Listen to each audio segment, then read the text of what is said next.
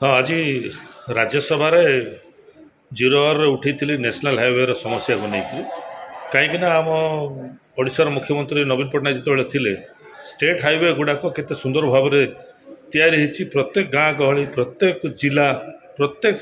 सदर महकुमा जेकोसी जगह देखते बहुत सुंदर भाव में आम स्टेट हाईवे या नेशनल हाईवे गुड़ाक काम सब अधूरा रही से बहुत लोग मृत्यु मुखर पड़ुंट बारंबार एक्सीडेंट होची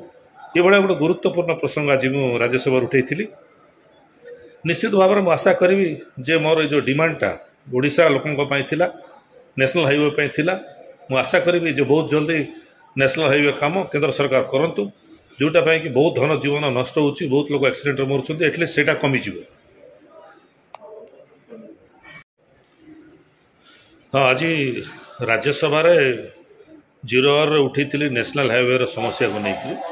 कहीं आम ओडिशार मुख्यमंत्री नवीन पट्टनायक जो थे स्टेट हाईवे गुड़ाक केते सुंदर भाव में प्रत्येक गाँ गहली प्रत्येक जिला प्रत्येक सदर महकुमा जेकोसी जगह देखते बहुत सुंदर भाव में आम स्टेट हाईवे या नेशनल हाईवे गुड़ाक काम सब अधूरा रही से बहुत लोग मृत्यु मुखर पड़ुंट बारंबार एक्सीडेंट होची ये भाया गोटे गुरुत्वपूर्ण प्रसंग आज मुझे राज्यसभा उठे निश्चित भाव में आशा करी जे मोर जो डिमांडटा ओडिशा लोकों नेशनल हाईवे थिला मु आशा करी जे बहुत जल्दी